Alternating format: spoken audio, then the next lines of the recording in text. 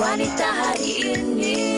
Assalamualaikum, salam sejahtera penonton Wanita hari ini kembali ceria, kembali berinspirasi bersama kami di hujung minggu ini di Wanita hari ini Extra bersama saya Fatin Hamid Yusof dan juga Fahrin Ahmad. Baik, terima kasih bersama dengan kami pada hujung minggu ini. Saya pasti suatu hujung minggu yang ceria buat anda di mana kita sedang berehat, bersantai-santai dan seperti biasa jam 12.30 hari anda bersama dengan kami. Dan hari ini pastikan anda terus bersama dengan kami kerana kami akan berkongsikan yang manis-manis, yang cantik-cantik untuk anda. Tapi sebelum itu Fatin, semalam selesai sudah pembentangan Belanjawan 2022 yang kabarnya memberikan suatu yang berita baik kepada kaum wanita. Betul. Rata-rata daripada rakyat sebenarnya menyambut baik kan. Ada banyak penambahbaikan dari bajet 2021.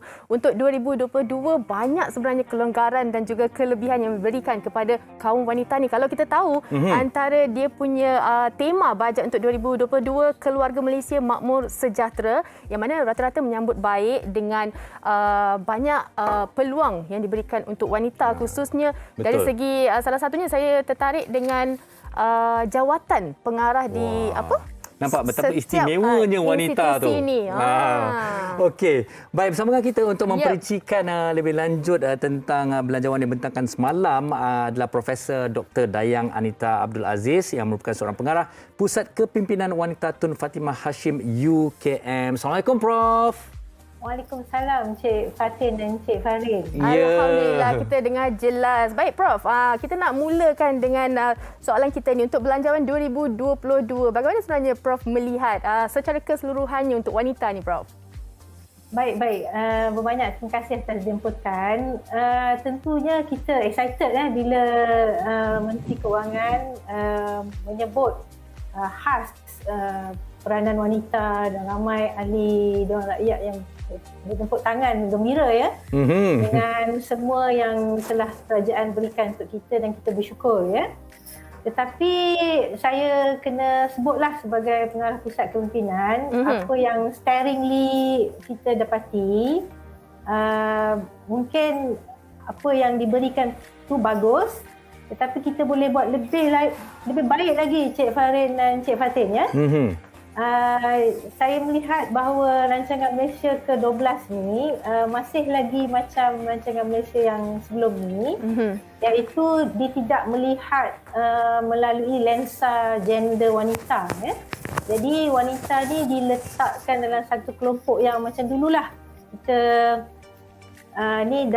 kita ni letak tema 2 bab 5 macam tu jadi adalah lebih baik saya rasa jika setiap tema dan bab itu diberi peluang untuk melihat atau beri pendapat melalui lensa gender. Saya bagi contoh yang Cik Fatin sebut tadi atau Cik Fahrin sebut tadi tentang Board of Directors ada seorang wanita kan? Betul. Tentu di pihak lelaki itu satu kejayaan sebab daripada kosong dapat satu Tetapi kita belum capai di mana-mana syarikat pun 30%. Betul.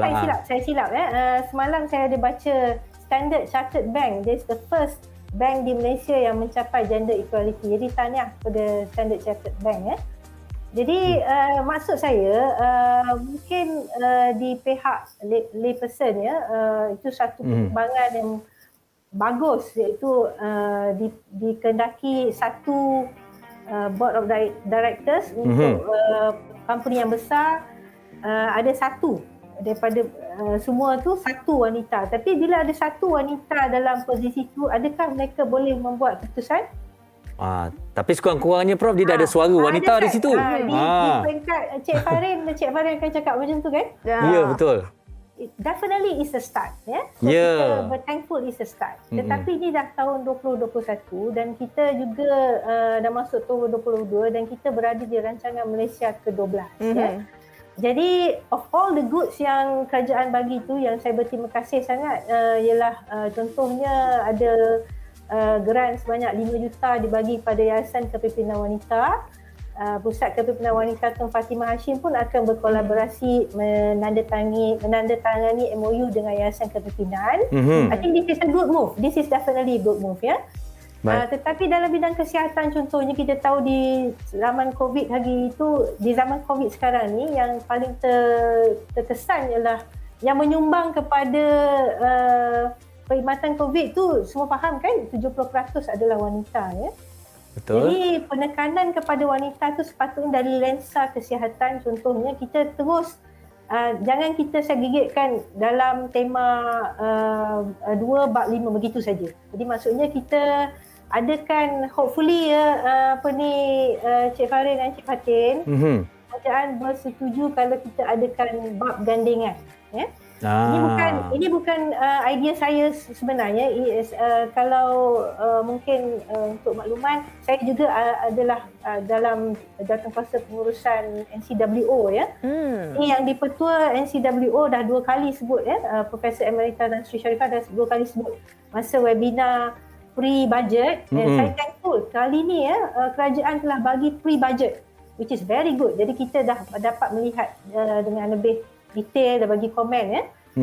Masa ada dan bab gandingan ni adalah saranan kami termasuk saya dan kumpulan daripada Kanita, USM, NCWO, beberapa yang berhormat daripada both kerajaan dan pembangkang ya. Kita bersatu.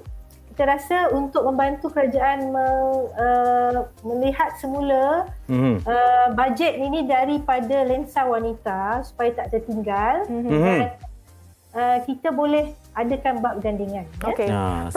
Seperti mana gandingan kita? Saya boleh bagi contoh kalau ada masa sebab saya yang close to my heart ialah domestic violence yang berlaku dan kita seronok dengar ada peruntukan 500 jawatan untuk D11 ya. Tetapi kalau kita tengok keadaan domestic violence ni kita masih nak mangsa terpaksa police report. Ini bermakna sebenarnya kan Cik Farin dan Cik Fatin mangsa biasanya takkan keluar daripada rumah, tak sempat sebab bila terpukul dia fikir anak dia. Jadi kita perlu ada mekanisme menyelamatkan wanita tu. Kalau kucing tersangkut atas pokok pun kita tahu nak panggil siapa untuk menyelamatkan. Jadi kalau wanita sebenarnya mungkin dari lensa lelaki meningkatkan jawatan penyiasat which is also very important kan. Memperbanyakkan peranan. Wanita, macam mana nak menyelamatkan wanita tu bila dia kena. Siapa yang baik. Ya, jadi itu maksud kami bila ada bab gandingan tu. Ya. Baik, Prof, kita nak juga bertanyalah bagaimanakah pemerkasaan wanita boleh ditambah baik dan mungkin golongan wanita itu sendiri boleh mengambil peluang daripada belanjawan 2022 ini, Prof. Definitely ya. Kalau daripada yang sedia ada tu saya tengok wanita yang single mothers, ibu tunggal dapat peruntukan daripada yang bekerja di khidmat kesihatan ya. Ada banyak perks, tak payah risau tentang nak menjaga mana nak letak anak masa bekerja ya.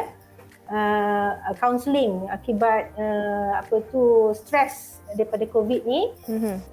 Banyak kes verbal abuse sebenarnya dari spouse pun. Mungkin tak physical abuse tapi sebab mereka terlampau sibuk dengan COVID ya. Mereka mengalami banyak sindiran-sindiran. This constant verbal abuse adalah juga abuse kan? Jadi cara penyelesaian ni ialah counselling ya, dan kita bukan nak meruntuhkan rumah tangga. Counselling tu dah mujarab ya. Jadi saya sangat gembira bila kerajaan adakan semua ni. Saya harap wanita-wanita yang terkesan dengan keadaan ini boleh mohon bantuan. Saya gembira kerana ada peluang untuk program kepimpinan dan mentoring untuk lapisan yang dah memegang jawatan tinggi, untuk entrepreneur mentorship yang ini semua melalui Yayasan Kepimpinan Wanita. Saya gembira kerana kalau kita dapat diberikan peluang untuk adakan bab gandingan ini, kita certainly dapat membantu kerajaan lagi untuk melaksanakan program-program yang telah mereka selesaikan, telah adakan supaya lebih efektif dan terjurus kepada wanita ya. Dan bab ini pun mendapat sokongan daripada Kementerian Pembangunan Wanita, Keluarga dan Masyarakat which is very important ya. So kalau Kementerian Pembangunan Wanita pun dah menyokong ini, saya harap kami yang akademia ini sangat-sangat ingin membantu supaya pemengkasaan wanita dalam belanjawan tu betul-betul tepatlah. Cik Farid dan Cik Fatin. Ya, Prof. Ya, Okey, Prof. Okey, kita tahu kan menyeluruh warga emas, OKU ibu tunggal dan banyak sebenarnya kelebihan. Untuk mereka di luar sana mengambil peluang ni, apa antara saranan dan juga nasihat daripada Prof sendiri? Okey, to be honest, sebab data pun tak ada bila perbincangan bab belanjawan tu tak ada kan dibagi data gender tu berapa wanita. Dalam keluarga yang hanya ada wanita, berapa yang tanggungan kepada dia, anak dia, warga emas dia dan sebagainya. Jadi pada saya untuk wanita tu dapat kesemua input ni, kita boleh pertamanya selidiki berapa jumlah wanita yang terkesan dalam setiap bab dan tema yang diberikan tu. Jadi ada gender kita panggil sex disaggregation data, ya. Okey. Ini bukan baru, ini dibuat di Korea Selatan, dibuat di Sweden, ya. Kalau kita ada data tu, barulah kita dapat dengan tepat bagi tahu pada wanita yang terkesan macam mana nak approach kat kementerian mana, di mana, ya.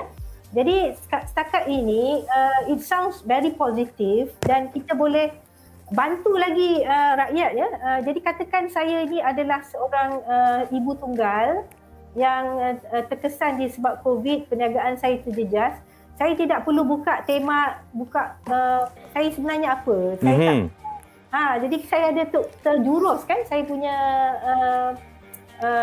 kat mana saya minta pertolongan tu. Sebab sekarang tidak ada lensa gender diberikan ataupun very patchy lah. Ada betul. Saya tengok mula-mula semalam bacaan bajet terus cakap pasal ibu tunggal, saya dah tepuk tangan Alhamdulillah kan. Tapi lepas tu it dies down kan. Dan suddenly bila kita cakap tentang bab wanita, inisiatif ketiga, dan kita sebutlah semua kebaikan wanita dan kita bagi tahu kita bagi berapa juta dan bagi screening mammogram dan CA cervix, ya. Cervix.